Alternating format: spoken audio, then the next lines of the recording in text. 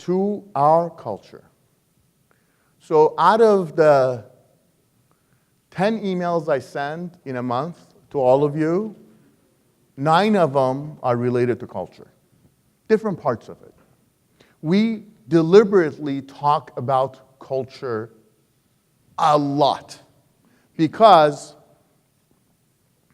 everything that we want, all the expectations we have, all the numbers we look at, all those results we share on a daily basis are emerging properties of culture.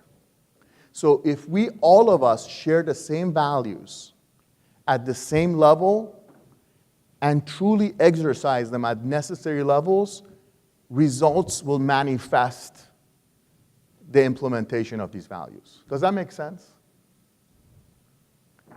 We talk about it a lot. And we're very deliberate in building a culture that we want. Every organization has a culture. They may not even talk about it. They may not even know it. But every organization, like every country, has a culture. We have our own. I'm not saying our culture is the best. I'm not even saying it's good. I'm not saying it's bad, but it's ours. Anyone who comes here and wants to become successful, they need to embrace our values. And again, I'm not saying these are great values, but they're ours. Right? So it's important to understand these values, make sure we live them, we behave them, we share them, and we make it a part of everything that we do. So we have lots of components to our culture, lots. But I want to focus on just a few today. One is accountability. So you hear this a lot. And again, these are very common words. So if you look up the term accountability in the dictionary, it has one single definition. But the way we look at accountability is ownership. You know how I bring up the term be the CEO of your position? What that means is that you are totally, fully in charge of your responsibilities. But if you don't do your job, if you don't execute, guess what? Because we have an accountable culture, somebody's going to become accountable for you. Because we cannot let things slip. And you could have a million fantastic reasons how the world does not let you get the job done. And half of them are probably legitimate. But we have to get the job done. So empower people around you to be accountable, to be responsible, and to own it. To own the result. And hold people accountable for that result. Does that make sense? Accountability is huge. Every time I talk to somebody about an objective, the first thing they say, well, I can't do this because I'm waiting for admissions to do this and student finance to do that and career services to do that and by the way, I'm not feeling good today. Well, doesn't matter. If admissions is not doing their part, if financial aid is not doing their part, if career services is not, you do your part.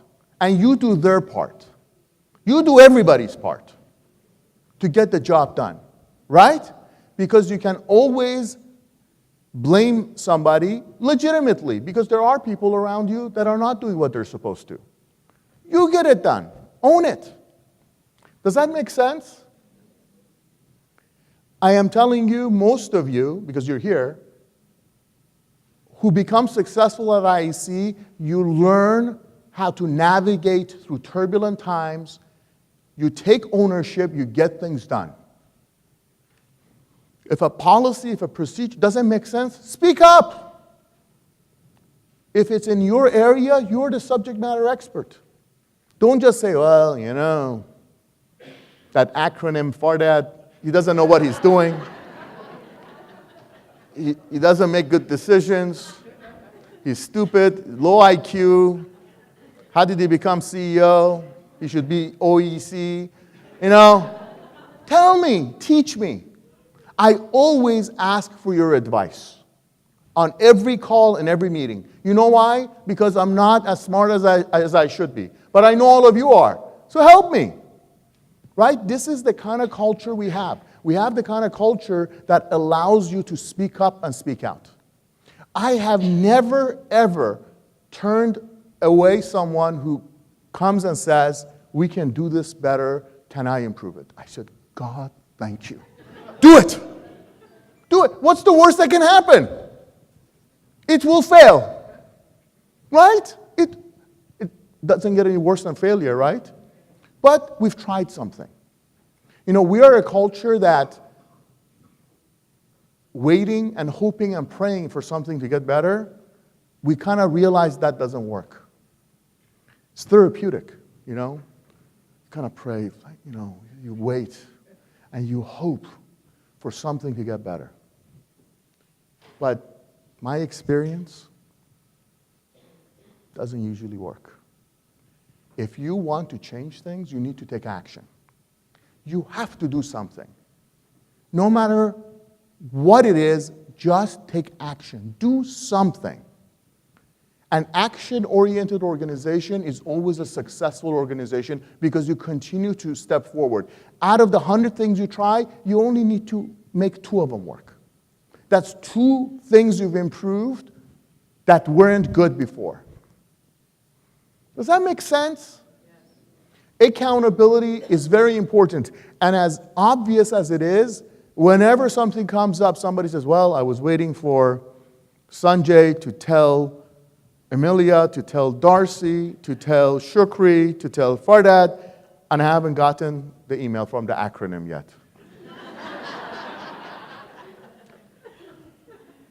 Get it done. Get it done. Regardless of how hard it is, figure it out. Ask for resources. Ask for tools. We are very helpful people. And I have to tell you, there have been so many times people come to me and say, I think we should do this. And you know, in my head I'm thinking, there is no way in hell this is going to work. I swear, it happens so often. But I said, you know, that's my experience. Because we're all products of our memories and experiences, right? You know, the person I am today, I became this person because of all of my experiences and memories. And some of them may have been the wrong ones. So I have these opinions that may be very faulty. So when somebody comes and says, I want to do something, in my head I'm thinking, I've never seen that work. But you know what? I don't say that. I say, go for it. And I have to tell you, 8 out of 10 times, I'm proven wrong. Somebody who does something, if they have conviction, and if they have passion, and if they have resolve, they will execute and get it done. And many of you in this room are exactly those people who've done that, many, many times.